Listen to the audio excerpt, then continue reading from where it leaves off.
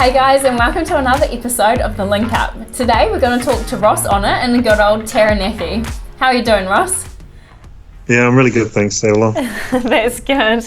Well, with you, I don't really know where to start. You have a lot of experience in all things engine management. Of course, your background as an engine tuner, but working as technical support for Link Engine Management as well. Running your own tuning business in New Zealand, Hong Kong as well. Being a drift dad to Liam, and of course a judge in D1NZ this year. So I think today we'll have a little bit of we'll begin by focusing on the tuning aspect. Do you want to tell us how you got involved in engine tuning and what age were you and what sparked that interest? The interest came from my father, and then of course my brother and so on, and then I started doing an automotive trade.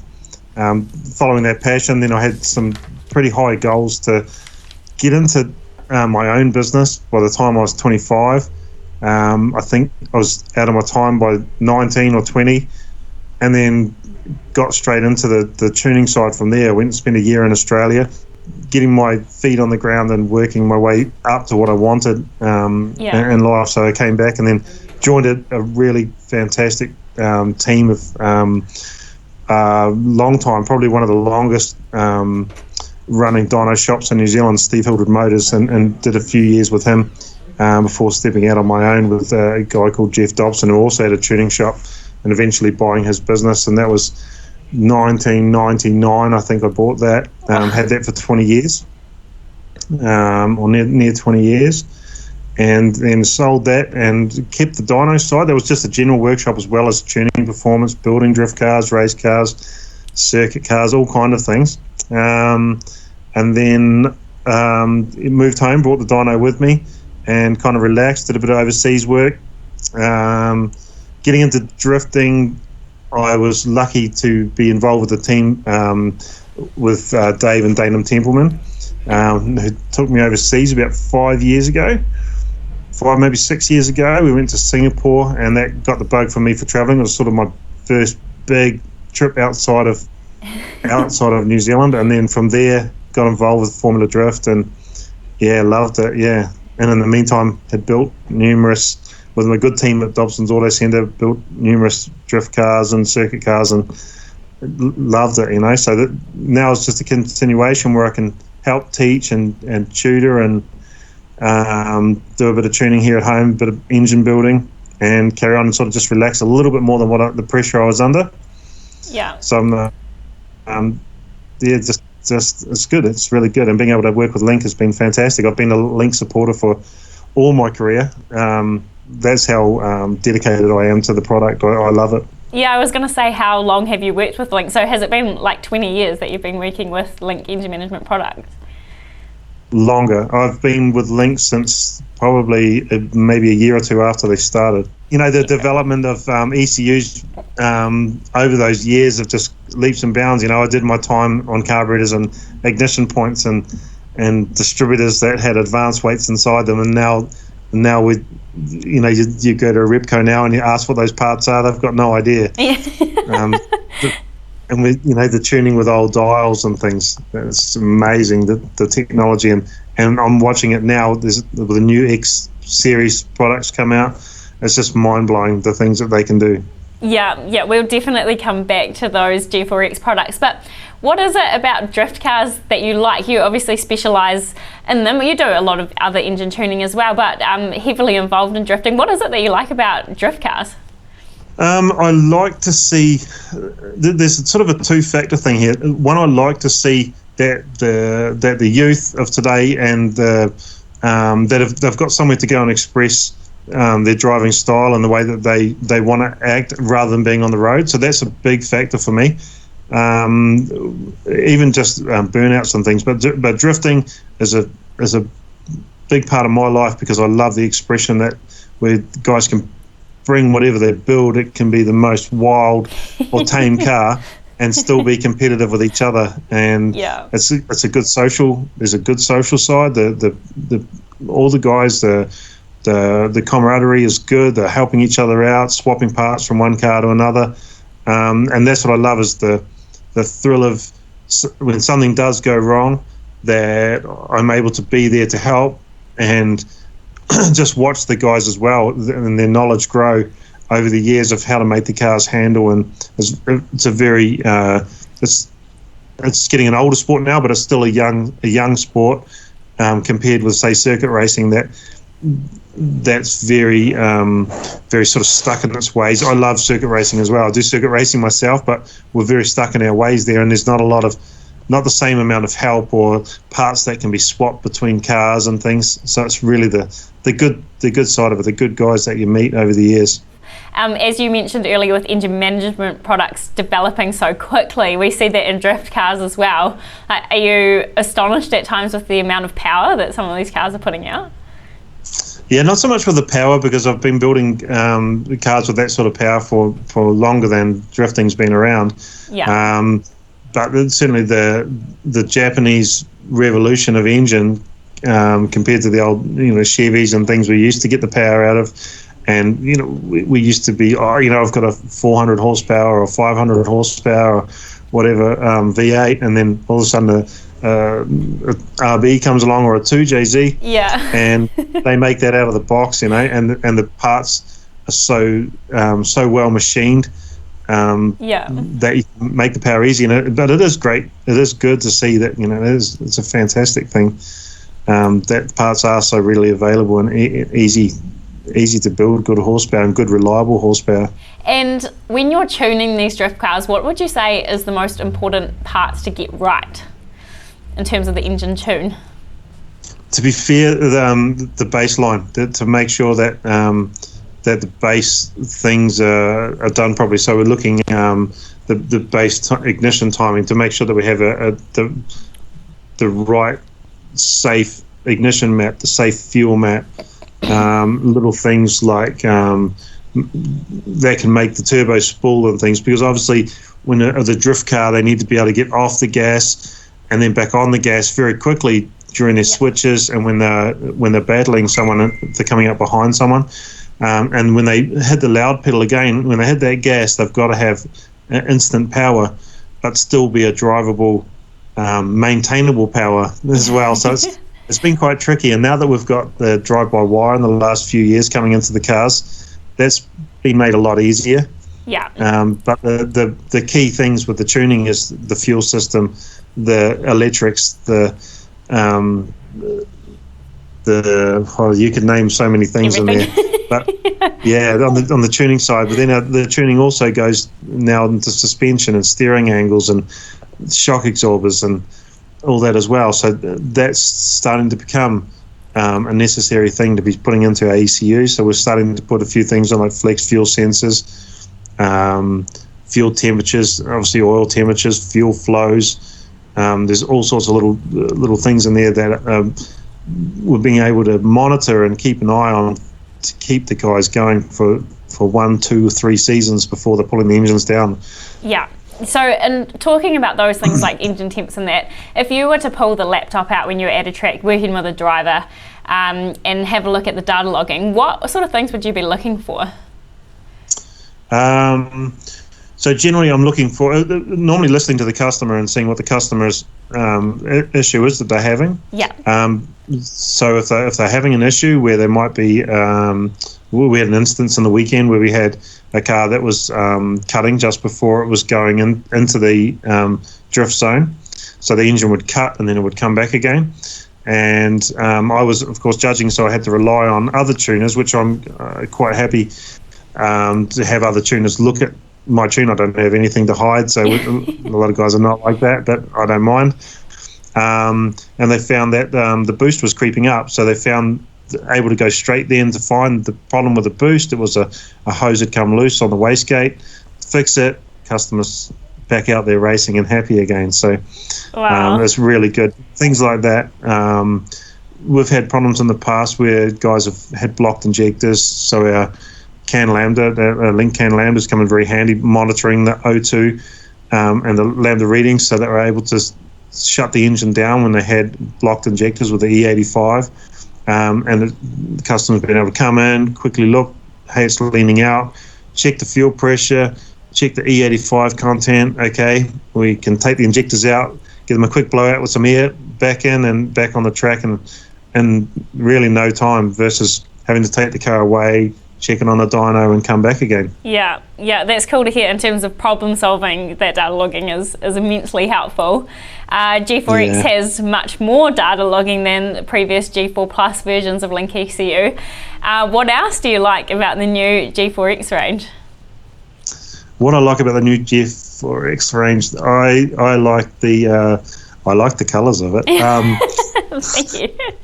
No, look, I can assign a pin or assign a auxiliary to a pin, or a pin to an auxiliary, whichever way you want to work it out. So basically you can wire the ECU and then go, right, I've allocated that to that and this to that.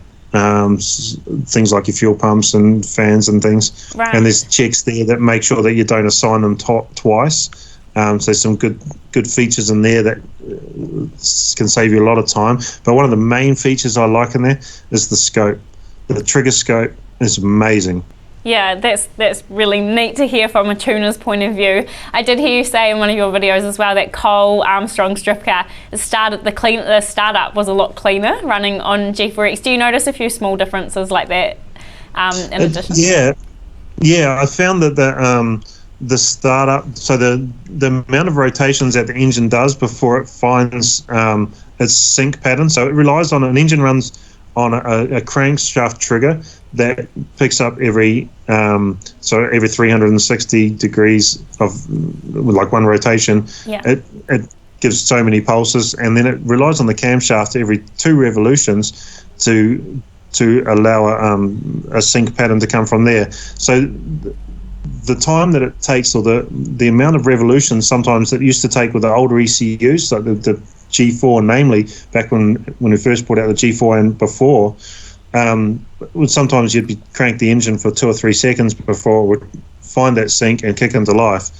And with the G4X, I've found it so fast now compared to the older ones. The G4 Plus was good, but the G4X is next level. Next level, yeah, that's awesome. And do you have a top tip for people working with Link ECUs? Like, it can be on any platform, even older ones. Is there something that you see often people like overlook or they do kind of incorrectly, and you wish you could just be like, tell everyone straight up, don't do that?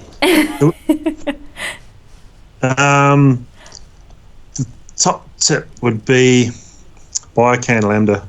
Right. If your ECU doesn't have built-in Lambda, please buy a CAN Lambda. And I'd say start from basics. Get some tuition for people that don't have tuition, and ask for help. It's the tech guys at Link namely me. You and your team. Fantastic, guys. The other guys are all right too.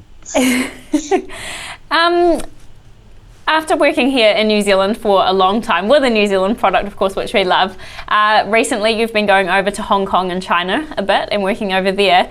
Is there some major differences in the car scene, or even in terms of the cars that they build over there compared to here in New Zealand? The cars are very, very similar to the top level of car we were building here. And when I first went over there, I thought the level was not as high as it is in New Zealand, but we were able to sort of lift that bar, get the level of drift car up in China, which within a few months, 6 months maybe, the level of car went from on par with us to better than us in New Zealand, and now we're seeing the likes of Carl Thompson and that coming out with a whole nother level of car. The gas wider in the weekend, and there's a few other cars here that are just next level. You know, Dainham Templeman's drifting in the world. Every 6 months, it just steps up another level. There's something new, trick toy comes out, whether it be suspension, ECU, the drive-by-wire, the 2Js or the LS, or there's a new thing that comes out. So it's really cool to see that progression. It's by far the fastest developing motorsport around. But besides that, I'm also doing a lot of road car tuning in Hong Kong. I'm seeing some really cool GDRs But I've done all sorts from old school Mercedes, like 1950s Mercedes they've put injection on, and so cool. Lotuses and all sorts of crazy cars that we don't see much of at all in New Zealand. So it is very cool. And so for those remote tunes, like for you working in New Zealand and someone in China wanting a remote tune, how does it work? Like, could you talk us through that a little bit? Okay, so technology is pretty cool now. It's a little bit like our interview here. Yeah. We're doing this remotely as well. So it's very much the same sort of thing. I log in using a program called TeamViewer, so I can see what they see on their screen. And one of the places I use where I do remote tuning in Hong Kong, they can also set up a split screen where I can see the dyno graph as well. So cool. I can do everything but control the dyno, which I've got a good team of guys over there that can do that for me. And so I can use all the equipment available to me through the Link ECU, the knock sensors, the lambda, everything that's and just comes down to experience and how many I've done, knowing what numbers pretty much go where to get a good baseline, and the things that you have to check, the procedures for checking things like fuel pumps and that, and having the features in the ECU to be able to test on, test off with ignition, fuel pumps, fans, AC clutch, you name it. There's clutch switches, there's ignition switch, there's so many features in there, and to be able to quickly go through and test all those functions without having to rely on the other end user to know how to test it. I mean, some of the ECUs that I've tuned with over the years don't have those functions, so it's right. Really cool to be able to have them. Yeah, that is very neat. And when you're working with those street cars that you mentioned earlier, I'm assuming every car is going to be different, but what's like the main thing that you aim for? Do you aim for it to be drivable or easy for the owner? What sort of things do you aim? That is 100% what you're doing there is really 99% of the driving in Hong Kong is probably below 50 k's an hour. Oh, wow. So the drivability, how they pull up to the lights, how they sit at the lights when the AC comes on and off, the power steering loads up the electrical system, the pumps kick in and out, water meth, all sorts of things there. You've got to make sure that the car is 100% drivable for the customer when it comes off the dyno. Generally, I can take it for a road tune to just do the little tidy up things and rely on the data logging from that. So I can also tune live while they're driving the car, which is pretty cool as long as I've got good Wi-Fi. But the drivability and just the little things that the customer's really going to notice to make sure that the car doesn't stall, that the car doesn't hunt or the RPM's hunting up and down, and just to make sure that you utilise all the features that you've got available. Yeah, that's quite interesting really, because it's not always about horsepower, is it?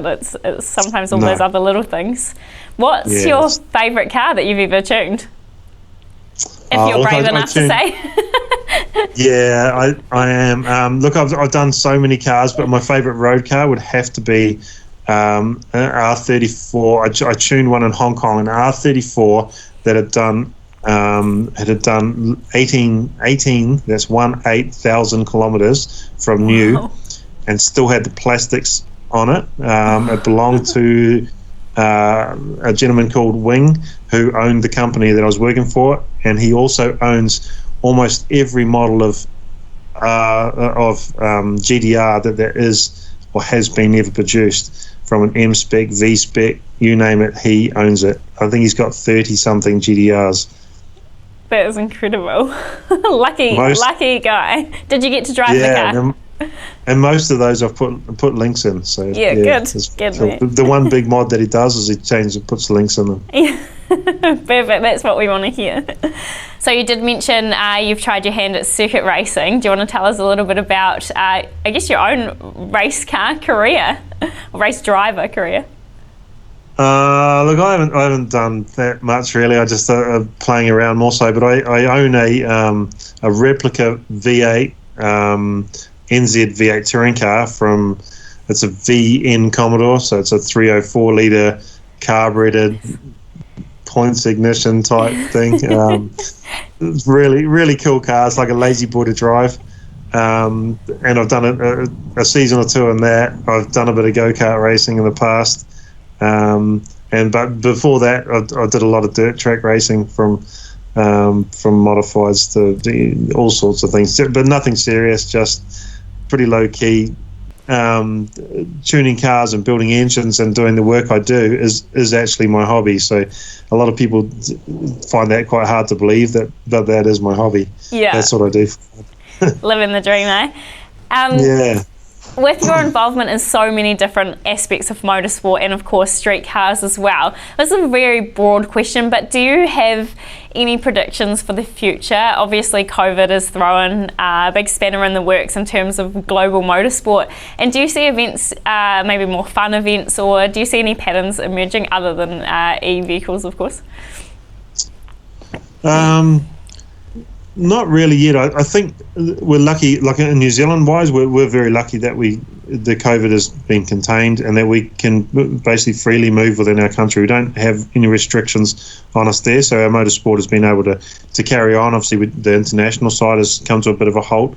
I think that when the COVID is over, there's going to be a lot of people with a lot of access to grind and positions to make up or to get back, but obviously with the China drifting, the Japan drifting, they've only got the nationals there competing in their series now. So there's going to be some young blood come through, I'm sure, in that time, and there's going to be a lot of competition between inter-country from China to Japan, from New Zealand to Europe.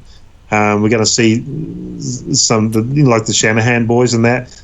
With the time this COVID's over, they're going to be ready and take on the world. Those guys are insane. Yeah, definitely. And being a judge in D1NZ this year, what were your thoughts about that experience? Look, I've actually done it before. So about 10 years ago, I did a couple of seasons of judging as well. But the level has just grown so much. We've had the absolute luxury these days of instant replay. With the Sky TV and stuff, so the judging's been made a lot easier. It's a lot closer than what it used to be, but you're able to look back on those replays and see the little things that you might have missed the first time around. And I'm sure there's still a lot of people that don't like me for some mistakes that we've made, perhaps. But we try our best, but it's certainly made a lot easier these days than what it used to be. Yeah, for sure. But I've enjoyed it. I've really enjoyed it. Oh, that's great to hear. Well, we better let you go do some work, I guess. But thank you very much for your time today, Ross, and it's awesome to hear from someone with your level of expertise, particularly with the Link engine management product. So yeah, thank you very much, and we'll see you again soon, I guess. Awesome. Thanks, team. Thank you.